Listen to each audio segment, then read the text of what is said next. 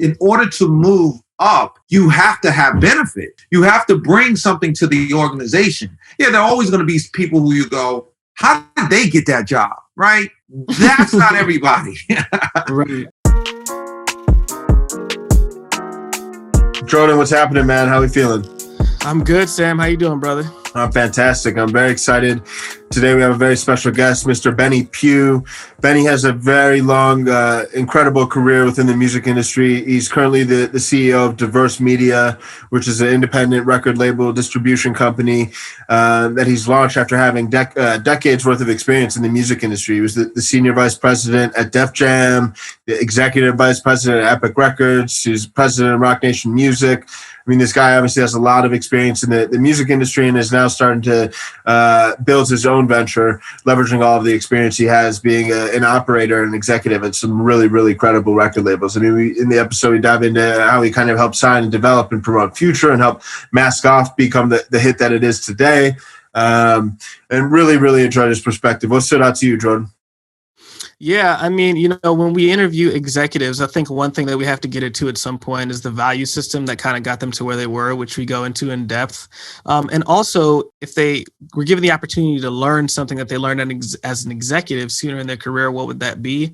And I think we get into that into depth too, as well as what decisions executives have to make. So, this is a special cloth talk episode with Benny Pugh as an executive who's been an executive for years and years. And by the end of it, I was inspired.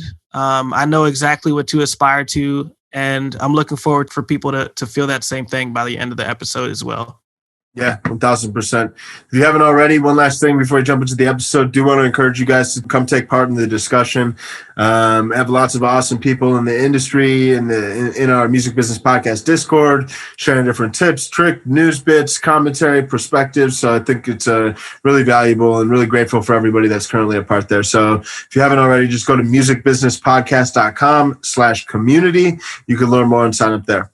But without any further ado, Benny Pugh. Benny, welcome to the show, man. How you doing today? How are you? I'm fantastic. Fantastic as well. That's the spirit. That's the energy we need right now. So really excited to have you on. I think I know you've worked in music for a while, have an exciting venture that we're going to be able to dive into today. But can you just talk a little bit about some of what you feel like were some of the favorite parts throughout your career, different potentially like inflection points that really helped you progress down the path that you did? What was really important early on for me was realizing my vision, right? And seeing the exit. So when I started in the business, I realized that what was most important was knowing how I was going to finish, right? And from day one to the last step of getting to this point. So super excited about learning and delivering and being a part of the future of music. Yeah, for sure. And when it came to some of the different, I know you worked at a handful of different labels before you went to start out on your own. I mean, we were even talking about this a bit before the show, but before we dive into some of the stuff you've done in the past, we'd love to hear about what was kind of the turning point when you decided you really wanted to jump off and start your own thing with Diverse Media. Wow. I don't think you have enough time. And I think you're listening, the focus point now is what, maybe 12 minutes and people might check out, but I'll give it a swing. So if you think about it, for me, started in the music industry right out of college, right? I actually fell into music doing comedy, right? And the young lady at the time at Motown Records booked me for a show as a comedian. And at the end of the show, asked me if I wanted to be her intern. And that opened up the door for me when I went down to Motown Records at that point, and I have a strong sales background. So I came as any other salesperson would in a 3-piece suit, wingtips, and anti-shake case. But obviously in music, you are super ass corny, right? Because that's not how people show up. Long and short, as I started processing her expenses and realized I didn't know what expenses were, and she sat and told me, no, this isn't my paycheck. That the money that you were reconciling for me is all the expenses, the dining, the car notes, the cable bills, the airfare, train, all of those things were a part of being in that the company satisfied. So at that point, I realized, oh, this is what I want to do, right? And given the opportunity, once I learned the job, was, you know what? I love promoting music, right? Because I started in the business as a promoter, right, in the college promotions department, and that opened up my love for the music business. And one thing led to the next. Stayed at Motown for 3 years. Went to work with Jimmy Jam and Terry Lewis at their label called Perspective, right? Stayed there for 364 days. I kept it, right? I know exactly, right? Then went to Arista Record, which was a Rolls Royce of the music business at that point. Like, you know, the artists that were spinning off there were enormous. Whitney Houston being, you know, the biggest Staples, Santana, et cetera, et cetera. All of the subsidiaries that were breaking at the point between LaFace and Bad Boy and, you know, labels such as that. Left there and moved to New York, back to New York. Got a really big job as the vice president of promotions for MCA Records. And they moved me out west, which I did a 7-year stint out there and worked some of the artists on that label at the time. Was Shaggy, It Wasn't Me, promoted and marketed that.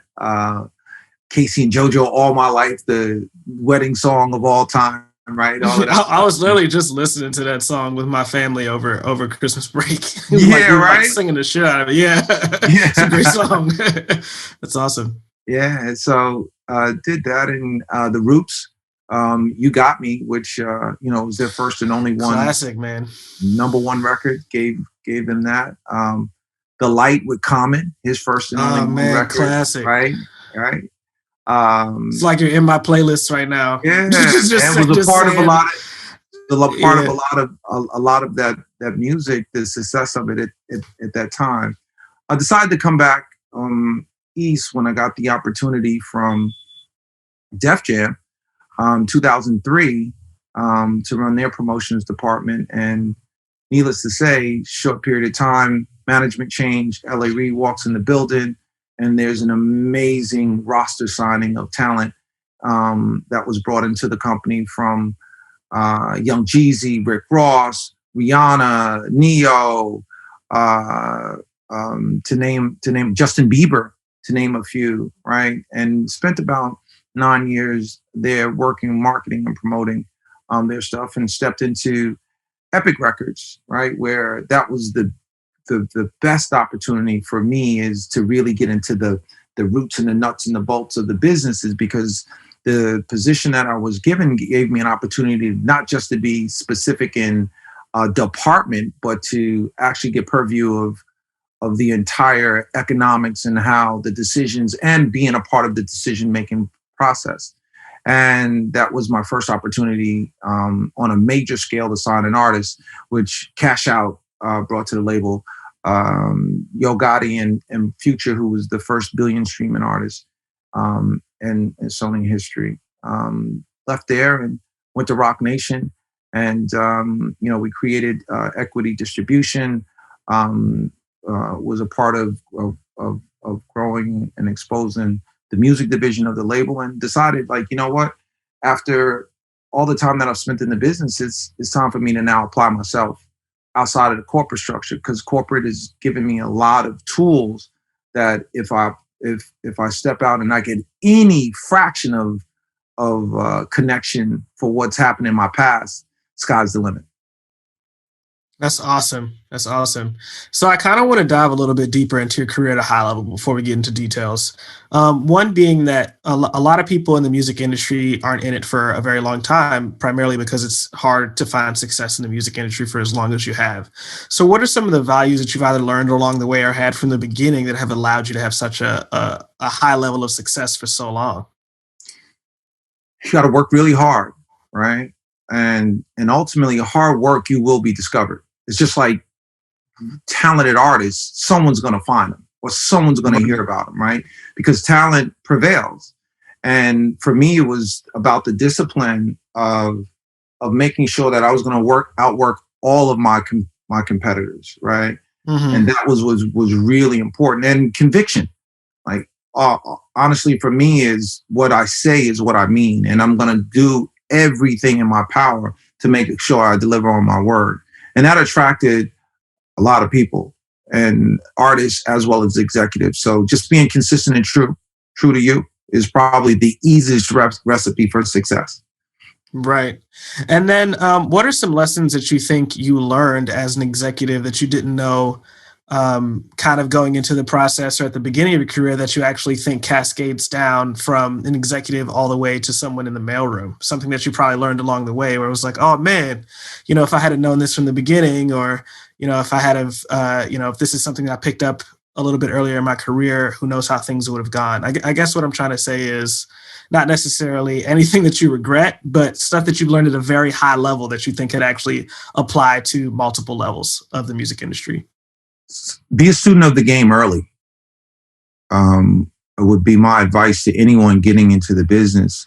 If you're creative only and don't apply yourself to the business, you're not going to make yourself a fully well-rounded individual in the music business. Even as an artist, you need to know your business, right? And establishing your team.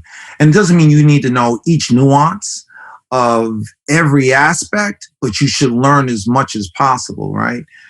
Know your deals, understand your creative, know how the intricacies of the business works from top to bottom. So I would have definitely spent more time learning more about the business as a whole, as opposed to learning about it in small bite-sized pieces. Right. Yeah, no, I love that.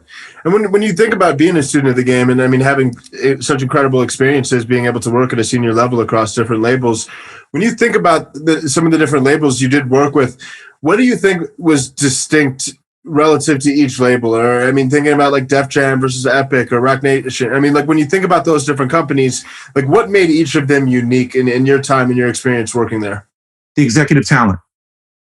The executive talent, and what I mean by that is the A&R person, the marketing person, the publicist.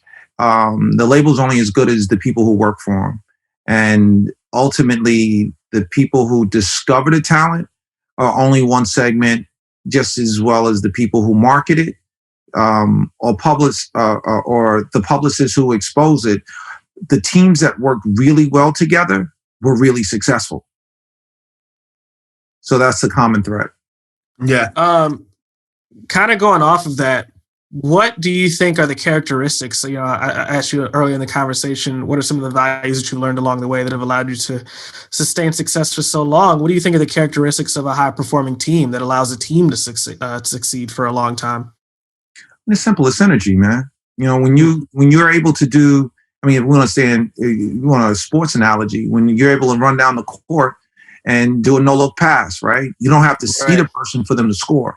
And that's how it works when it's seamless in a label that's high performing. Like, you don't necessarily have to speak about everything to know that they're going to deliver, right? So it's that comfort level. It's knowing that, we're all in sync, and the benefit for the artist and the success for the artist is paramount. And the labels that really understand that it's about the artist and the business are the ones that are really successful.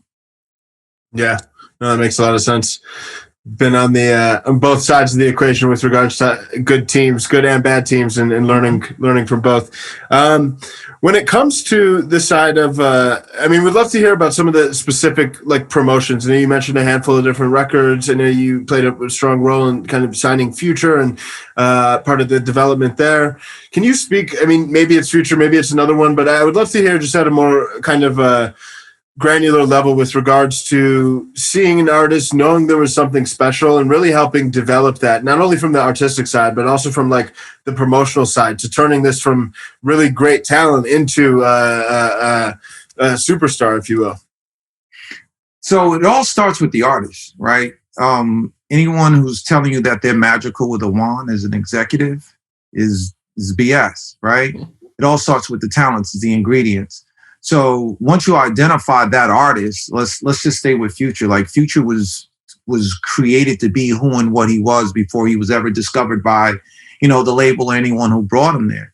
So what the label was able to do is, once you have that real substantive talent, you can just put gas on, right? and follow the blueprint of their vision on how they see themselves in their audience and in the world, right? And for us, it was very exciting to be a part of his progression and his growth.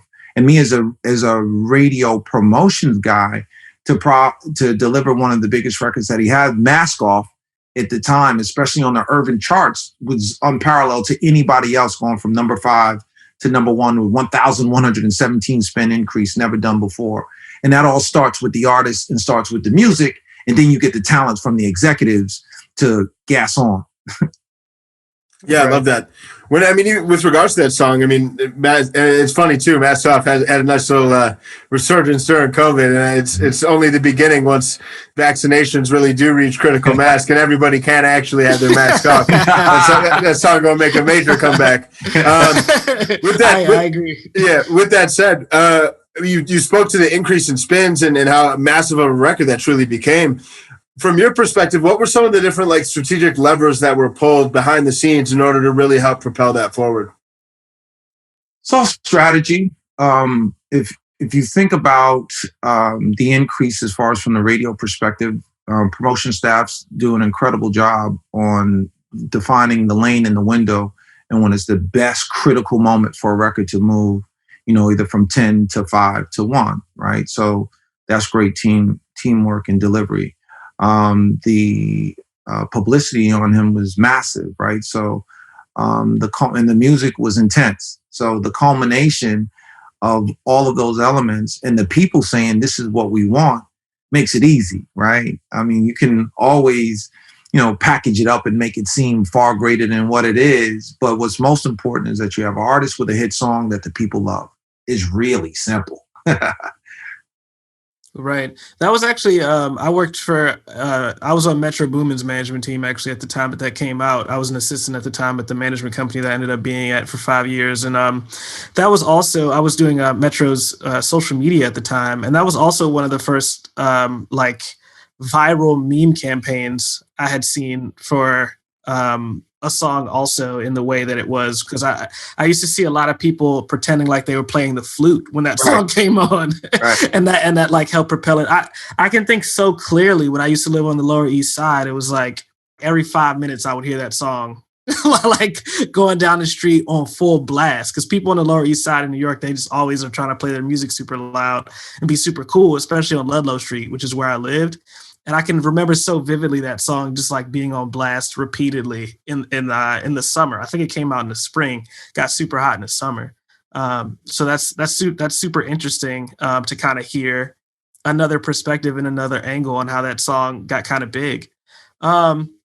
I have a question that came up recently on a Clubhouse panel that we had that I kind of wanted to get your opinion on. We talked to a couple of A&Rs about kind of what they find intriguing about artists and how they kind of decide to move forward with artists. And a few of them brought up this concept of star quality.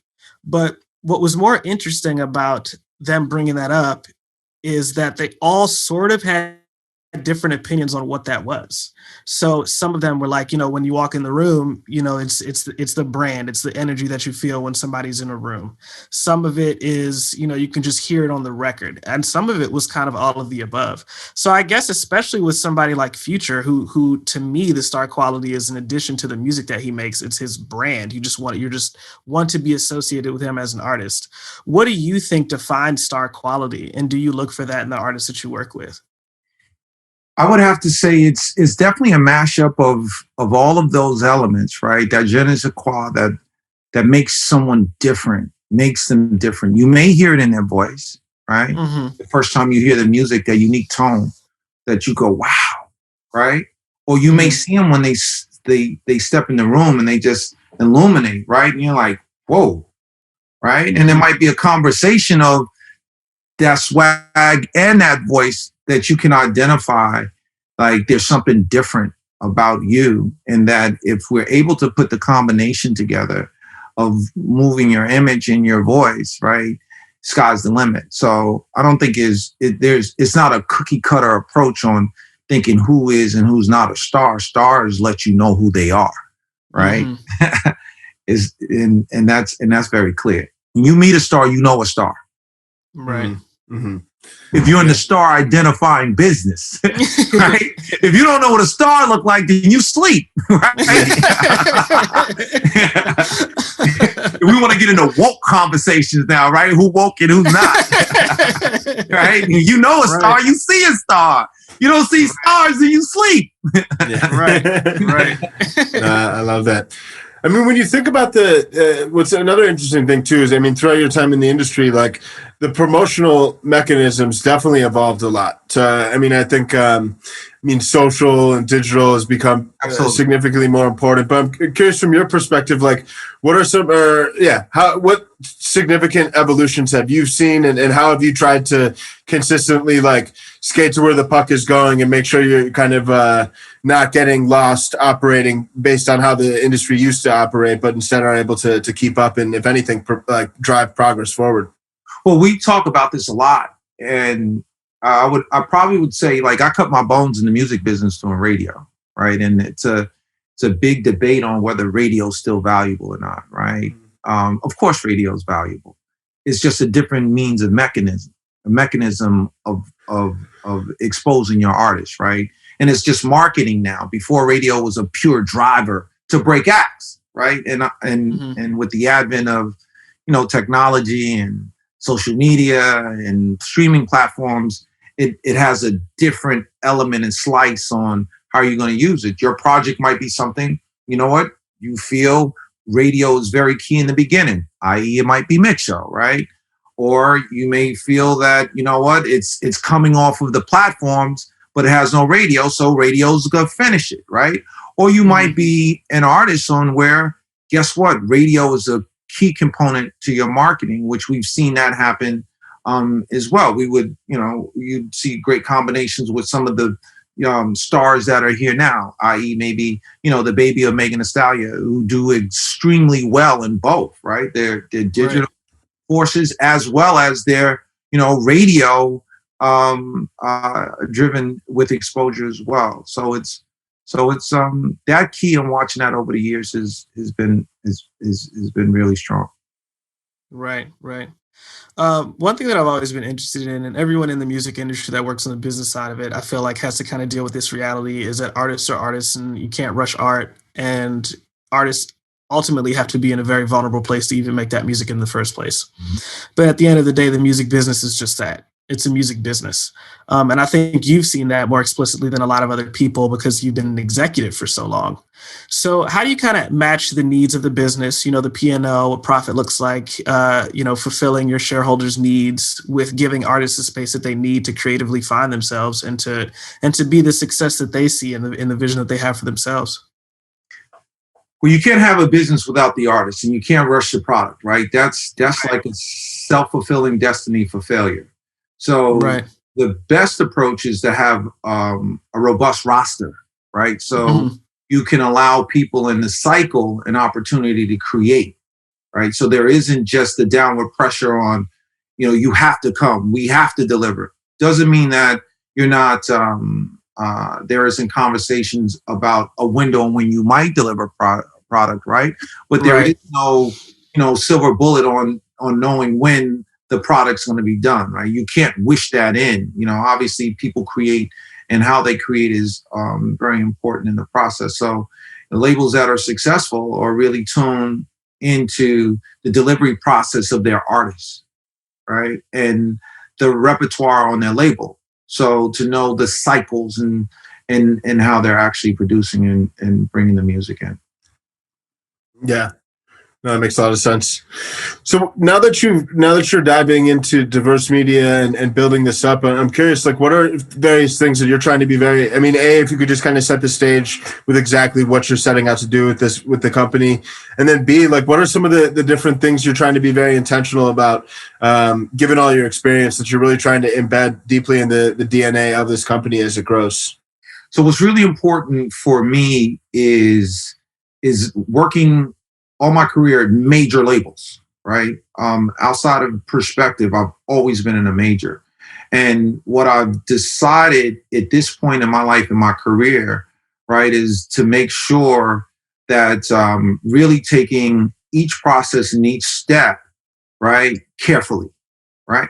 So it's important for me on identifying talent, since I'm funding and investing, right, in myself, that you want to have more hits than misses. So I signed an incredible artist who I think she is the next coming. Her name is Paris Gatlin out of Jackson, Mississippi, but she has a very unique tone. Like we were just talking about stars, right? She has a very unique look.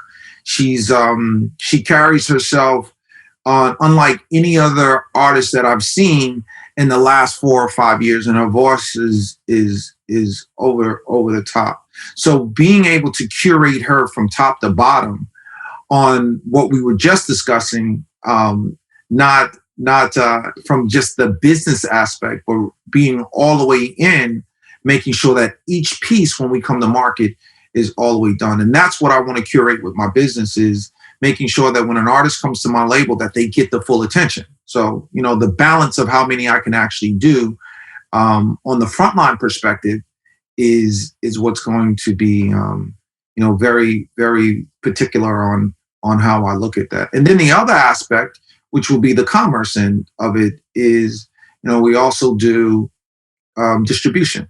So I can offer a distribution deal and have that conversation as well, and provide services for artists that we have a couple artists that we've already brought on board and have done some interesting business with as well.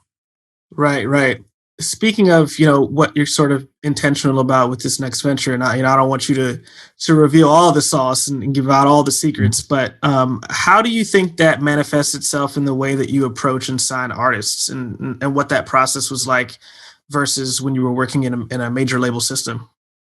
So the last positions that I was in, it was very important on, if you look at the average, right? If you think about what distribution is now, what people are looking to on the platforms, and how the new wave A&R is being done, right? It's almost like penny stocks, right? Like you look at what's moving, you grab it, right? And hopefully it develops, but you catch it early, because the return, if it breaks, you've done amazing business, right? Mm-hmm. So at this level now, I can actually jump in, and if I catch it, then it's gone. So, and there's no red tape. So I don't have to ask anyone if they approve or disapprove, because it doesn't sound like what you're used to hearing, doesn't look what you're used to seeing. Hit music is hit music, right? It may not be particularly for me, but if there's an audience, then it's something that's for the masses. And, and that taking the whole bureaucracy out of now signing is what's most exciting to me. Like, what the people like is what I like. Yeah, for sure. No, I love that. I mean, one thing you alluded to, the bureaucracy, the red tape, I think it's kind of a necessary evil within majors and corporations in general. I think as you get to a certain scale, there just needs to be a hierarchy in order to operate efficiently. And with hierarchy comes ego, and with ego comes politics. So in your experience in navigating that political system, the bureaucracy well, and getting to the senior levels, can you speak to that process of quote unquote like politicking, if you will, or like how you were able to navigate within the red tape? Because I think some people like that is a necessary skill to rise the ranks in those environments. So I'm curious from your perspective, like building internal alliances and just how you were able to float well and almost kind of rise to the top, if you will, within these large organizations. It's so different than any other business. It's the business that we're all accustomed to and been a part of, and has birthed us. But prior to getting to the music business, I might have had 22 jobs, right? So it's really about the individual and your goals, right? And by meaning your goals is knowing what each opportunity represents and how to move to the top of the class in each opportunity, right? That's i.e. politics. Knowing who to talk to, knowing when to be in the right place, knowing how to respond, and also back to the beginning of this conversation, realizing you have to put in a lot of hard work, right? Ultimately, people are, if in order to move up you have to have benefit, right? You have to bring something to the organization. Yeah, there are always going to be people who you go, how did they get that job, right? That's not everybody, Right. right? You can't run a corporation with all your cousins, friends, and you can't do that, right? So ultimately, it just comes down to realizing is being prepared always, and also knowing that everyone's not going to agree with you, but how are you now going to be heard, right? How are you now going to represent your points, right? How studied are you? How are you able to now, move people to what you believe and what's needed through your passion as well as your delivery? Right. You brought up benefit, and one thing that we actually talked about recently on the podcast is the value exchange that you bring to every relationship. Obviously, people are going to help you, when they see fit, as it pertains to doing things for free, so to speak, where they don't get any value out of your relationship with them.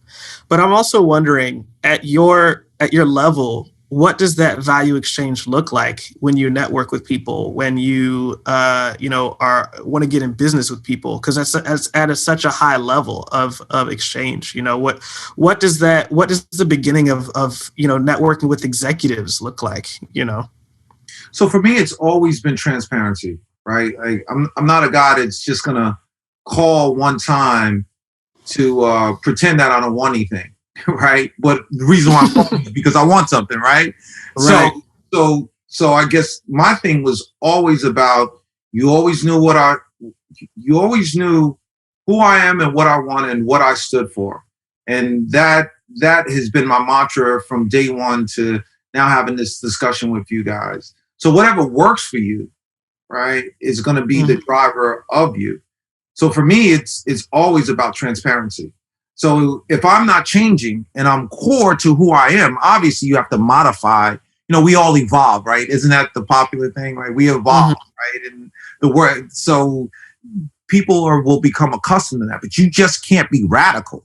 You can't be one person today and then someone totally different tomorrow. Then you've been a fake, right? So ideally, what you hope is that your value system is what has moved you forward, and that people believe who and what you are and what you say. Mm-hmm. Yeah, no, I love that. When you think through the notion of how, like, on the subject of like evolution, I mean, beyond personal evolution, which you were just alluding to, on the subject of like industry evolution and how record labels and the industry as a whole has evolved, what do you think are the most important roles that record labels play today if they want to operate at an elite level? Record labels are bar none finishers. So labels still make superstars. There are very few independent artists that make themselves superstars, right? So the value of the label is now that if you're able to gin up some success, whether it's streaming, marketing, writing, however you come to the label, you're there now knowing that there is a core body of people that have done this over and over and over and over again that can give you the best shot to being a star that you probably can't do on your own. It's teamwork once again. So it's no different than going to a bank, right? Buying a home for the first time. The reason why you're probably not going to get the best interest rate is because that guy or woman across the table from you is seeing 3,000 people like you. So they know every ins and out of every option, everything that you're about to say, they already have a response to it, right? Because they're professionals. So why would you now not think as an artist, you know what? I've done an amazing job for myself to get to this point, but I want professionals to take me home. So labels will always be in that position because they have the big relationships. Right. What are some, speaking of labels, what do you think are some potential pluses to independent labels as well, and kind of the way that they move? And I guess, now that you yourself are an independent distributor, I guess what is the what's the opposite side of the coin look like, and what are some of the pluses and the minuses there? It's a beautiful time in music because there's choices, right? You can stay in indie and keep as much control as long as you choose. If you're able to create a business for yourself, right? And ultimately, whether you're indie or with a label, you have to have that value in the marketplace, which is most important. Holding is from an independent label, having the control to do it the way you want and define it how you want is probably really important for me at this space in my career and signing artist myself, is that we can actually now hone the vision uninterrupted and now take it to market to see if it works at the pace and speed that we choose to. Right. Yeah, that makes total sense. Yeah, I think, this has been a super informative interview for a lot of people. I think that one thing that I find ultra inspiring is, interviewing executives. I think you've had a long career as an executive, which is a super interesting perspective to come from, because obviously there are a good amount of people on this podcast that have a lot of experience, but experience as an executive is like an entirely different perspective. I guess I do have one more question surrounding that experience. I know what it's like as a day-to-day to be not an executive. I know what it's like to work under people. I know what it's like to have a boss. I know what it's like to fulfill value as an employee. What is the, I guess, day-to-day like at the executive level, and this is what I assume, that level is more high-level conversations, big decisions that move the needle probably more in one conversation than somebody may at a lower level would in an entire week or a year or a day, what have you. But, when you're at a major, what are some of the conversations that you have on a day-to-day basis to kind of move that needle? And what does it look like at such a high level?